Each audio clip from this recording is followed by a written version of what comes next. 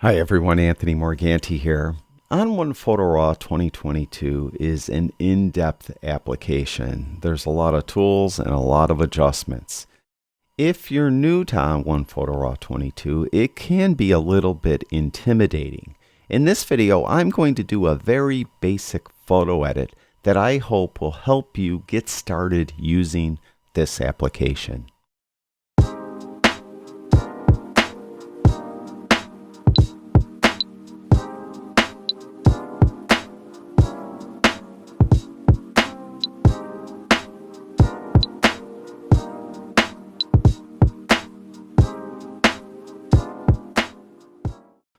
All right, I have an image open up in what's called the Edit panel of On1 Photo Raw 2022. You can see over in the far right, we have the Browse panel and the Edit panel. And when you open an image up into the Edit panel, most often it will open right up into the Develop module. You can see right across the top, we have Develop Effects, Sky, Portrait, Local.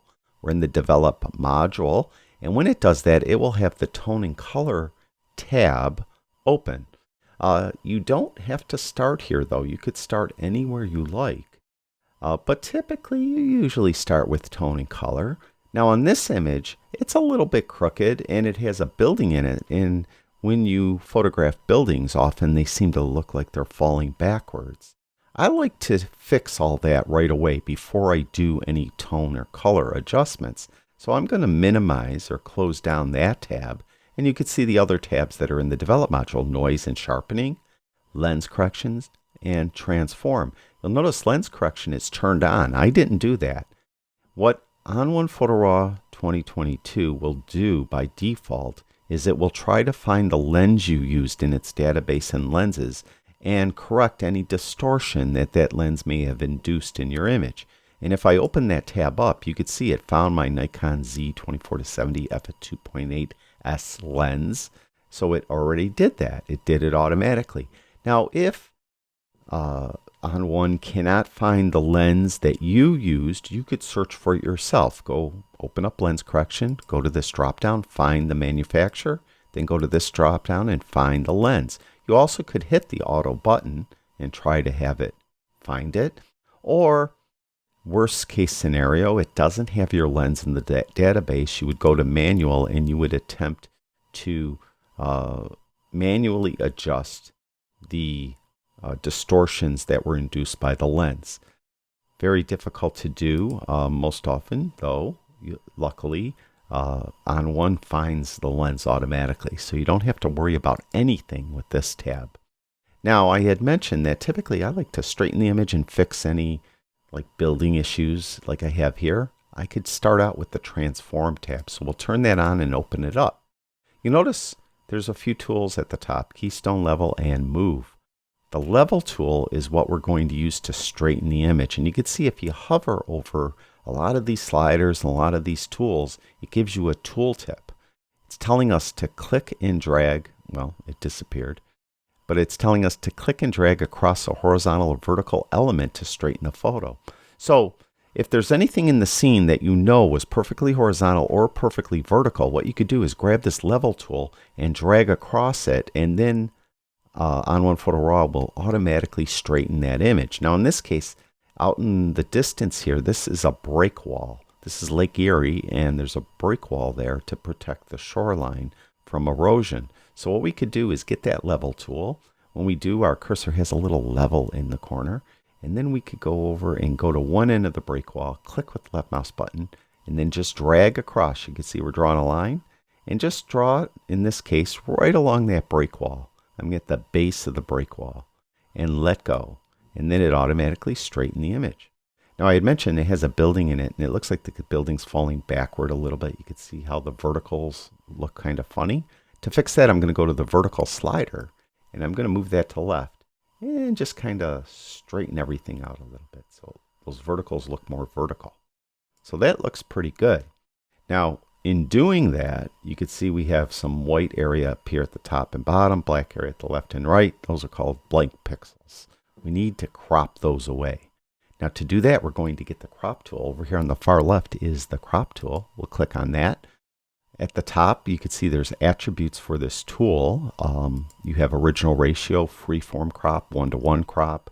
I'm going to use the original ratio. This was shot at a 2:3. And then what you could do is just grab the handles. There's a handle at the top, corners, bottom, left, and right. And then just drag it around until I get rid of all those blank pixels. And when I'm ready, click Apply. So there we have an image that is straightened, and we have it corrected for that building falling backwards. So we're done with this Transform tab. Now we could go to the Tone and Color tab. Now right at the top, you'll see Camera Profiles.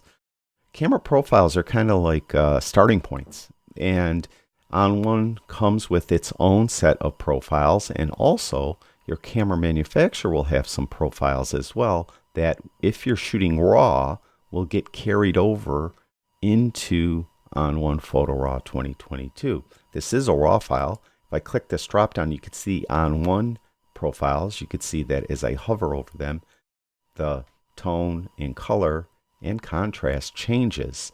Below that are camera landscape, camera neutral, and so on. These are the ones that are actually in my camera. So I could choose to use these. You could import others, or you could use what's called linear raw, which is a very, very flat image that some people prefer to start with. Now I'm going to stay with the default On1 standard because that is a pretty good profile, and that is relatively easy to process off of.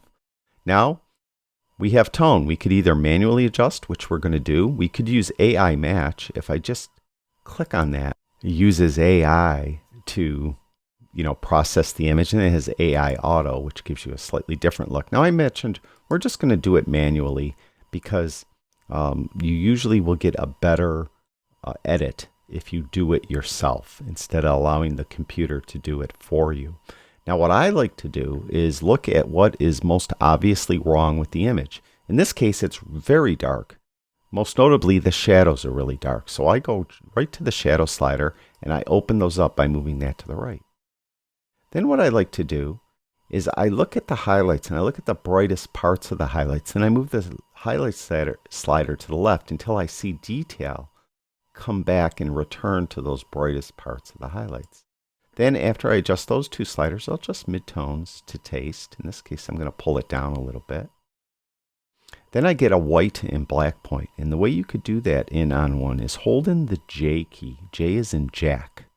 When you do that, you'll get either red or blue on the image. And let me show you by moving the white slider to the right. As I start moving it, you'll see red is appearing. That means I'm clipping the highlights.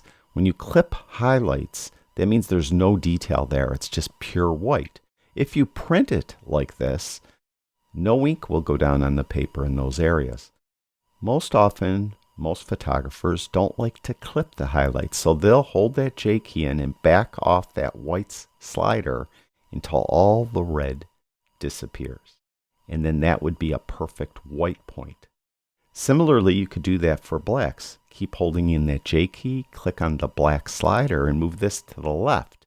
When you do that, you'll see blue, and then similar to the red, the blue, though, is clipping the shadows. And when you clip the shadows, there's no detail there, and if you print it, you'll just get black ink. Now, personally, on landscape images, I like to clip the shadows a little bit. I think having some absolute black in the image gives it a lot of tonal depth, and I like that for my landscape photography. Now, for a portrait, I probably wouldn't do that. I wouldn't clip the highlights or the shadows in most instances. But in this case, I like to. So we just adjusted tone. We didn't adjust contrast, but you could come in and do that as well, and exposure if you need to. To reset any slider to its default position, just double click right on the slider and you'll have it reset. So that is tone. Below that we have structure and haze. Structure, it's kind of really a harsh sharpening. It's almost HDR-like if you start moving it to the right. Typically, I don't like to use that. If you want to get kind of a dreamy, ethereal look, you could move it to the left. In this case, I'm not going to use structure at all. Haze, if you have some haze in your image and you want to rid the image of the haze, move it to the left. So that's to get rid of atmospheric haze. If you want to add haze, move it to the right. In this case, neither of those sliders need to be adjusted. Next we have white balance, and there's 3 different ways you could adjust white balance. Go to the drop down and you'll see there's an auto setting, there's a daylight setting, didn't change for either of those. There's a cloudy setting, made it a little warm, shade's going to make it even warmer. Tungsten's going to be very cool, fluorescent, cool, flash, custom. Now in this case here I like the auto setting. That's one way to do it. Another way to do it is just come in and move the temperature and tint sliders manually. The third way to do it is you could click right on this little eyedropper, and when you do that, your cursor becomes a plus sign. What you should do is find something in the image that doesn't have any color in it. It could be a perfectly white cloud, and click on that, and you'll get a white balance adjustment. Or it could be something gray, like this gray building in the background. Gray, medium gray usually works best. In this case here, doesn't look bad at all. So that's one way to do it. I'm going to go back to the drop down though, and I'll just keep auto, which looks to be pretty much the same. So that is our, when you want to do white balance. Below that we have saturation and vibrance. These 2 sliders are similar, but they are very different in how they adjust color. If I move the saturation slider to the right, it will increase the saturation of every single color equally. If a color is saturated and I keep moving this to the right, it's going to oversaturate the color. Similarly, if I move it to left, it's going to remove color from every single pixel. And if I keep moving it to the left, eventually we'll get a black and white image. So saturation is very linear. It adjusts every color equally, and it will oversaturate saturated colors. Vibrance, on the other hand, is a little more subtle. It will bring colors to saturation if I move it to the right, but it won't oversaturate them. If I move it to the left, it will bring color away from the pixels, but it tends to not bring it all the way to a black and white image. Also, vibrance doesn't affect oranges, yellows, and pinks as much as it does other colors. That's why vibrance is a better choice for portraits. So if you're adjusting a portrait, you may prefer to use vibrance over saturation. In this case, I'm not doing a portrait, so I'm going to move saturation to the right a little bit just to enhance the color. And then if you do find that when you're adjusting either saturation and or vibrance, and the person's skin is starting to look like they're getting a sunburn, you could reduce the skin saturation by clicking on that button right there. Next is purity. If you find that either the whites or the blacks have a tinge of color in there that you don't want, you could use, let's say, the highlight slider and move it to the right, and you'll see that it's going to suck any color out of the highlights. Similarly, for shadows, if I move that to the right, it will suck any color out of the shadows. So that's if you want to get rid of a color cast that's in the highlights or the shadows. So we're really done with the tone and color section of the develop module. Let's go to noise and sharpening. If I open that, what comes built into On1 Photo Raw 2022 is No Noise AI. As soon as I click this button, it will turn it on and it will activate it. You can see it's getting rid of noise. Now this was shot with an ISO of 64. So what it's doing, it's giving us a before on the left and an after on the right. And, there's really no noise in this at all. But I would recommend to use No Noise AI on your images because it really does a good job and it's better than the classic. So I'm not even going to teach classic in this. We'll just use No Noise AI and auto on and then click apply just like that and we're done. Now we're going to zoom back out here. I'm going to just double click on the image to zoom back out because it zooms you in when it's reducing noise. So we're done with No Noise AI. Now, if we go over to Classic, there is sharpening here, down here at the bottom. But I prefer to use the sharpening that's found in the Effects module, and that's where we're going to be going next. So, we are really done with this entire Develop module. We did everything we need to do here. Let's take a look at what the image looks like before we started doing work on it. To do that, go down here where it says Preview and just click on that. There's before and there's after. There's before and there's after. So you can see just that little bit of adjusting. And if I wasn't talking, I could have did this in a few minutes. It's really a nice image. Now with the effects module, there's all different types of effects you could add to the image. And there's really some nice things. For instance, I mentioned about sharpening. If I go to add filter, you'll see that there is sharpening here. There's also something called dynamic contrast, which I prefer to sharpening in most instances. I'm going to turn that on, or get that, and you can see it automatically added some to it. Here, I'll give you a before after. Just click that little circle right there, and there's before and there's after. You can see how it sharpened the image. That's because it does this natural. It adds this preset to it. Along the top, you have some presets for the dynamic contrast. There's natural, there's surreal, there's soft. If I go to this drop down, it includes those three, natural, surreal, and soft, but it also has grunge contrast, and it has texture enhancer.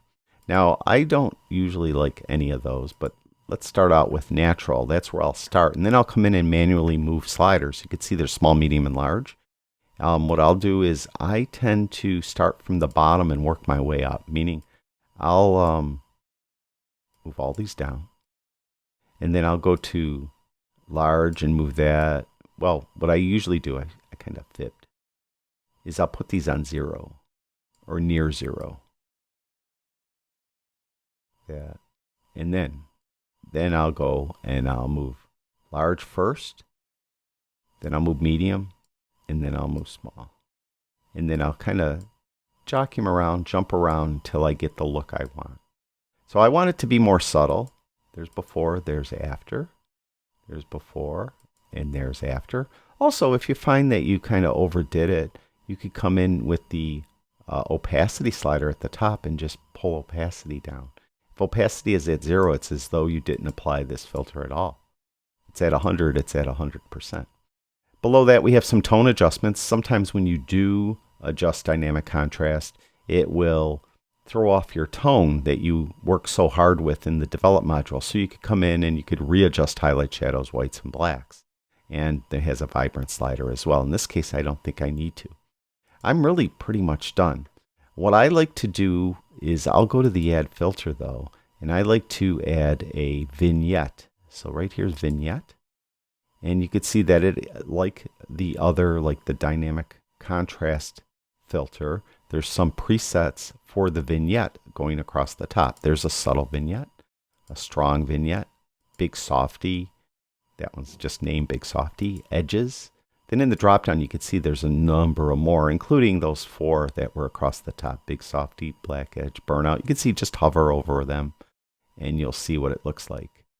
Now typically, I like to either start with subtle or Big Softy and then come and adjust off it. So if I go to, let's say, Big Softy, and then I could go to the size here, and you can see I could pull it, start pulling it away from the edges, or from the middle, I'm sorry. And I could bring the feathering down. You can see when feathering's all the way at 0, we have a real harsh edge. So you could better see maybe where it is.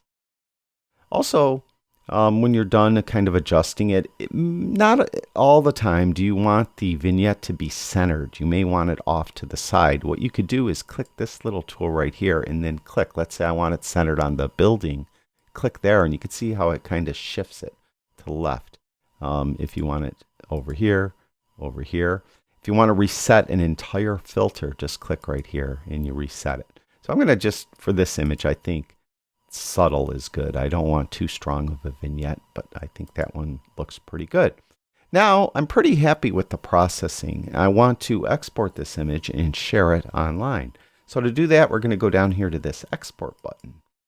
And when you do that, you'll see that this could be a little complicated. Over on the left-hand side, we have some export presets. If you want to just have one that's 1200 pixels on the long edge, saved to the desktop, you could turn that one on right there. And you can see it does adjusting over here to what's needed. There's a copy of the original image, a DNG, a JPEG to a subfolder, a TIFF to zip it on the, so there's these presets over here. Let's turn that off for a minute. Let's go over some of the options on the right. First of all, naming. I'll go here and there's some presets for naming.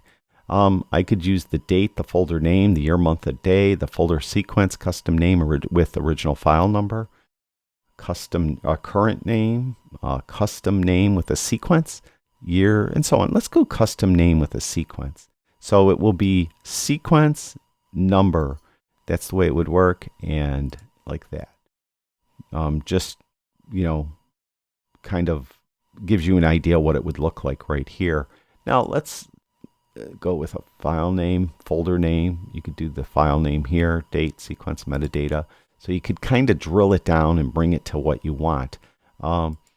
Let's just go with that. Then destination, where do you want to save it to? Say same folder as the original. Nah, I don't really want to do that. I'm going to save it to my desktop. So we'll put it right there. All right. Do you want to generate subfolders? No need to. It's just going on the desktop. After export, do you want to show it in Finder? I have a Mac. If you have a PC, it will show it in Windows File Explorer. Create a zip archive. Don't need to do that. So you could do a lot right here. Well, file type. This is the important part. I don't want to save a TIFF. I want to save a JPEG. You can see you can save it as a JPEG, Photoshop file, TIFF file, PNG, or DNG. We'll do that. I want the quality to be 100. I want the profile to be sRGB. You can see all the different profiles you have to choose from. Most often, if you're sharing it online, you would use sRGB. It's giving you the estimated file size is going to be 26 megabytes. But I'm going to resize it. I don't need to save this as the full size image.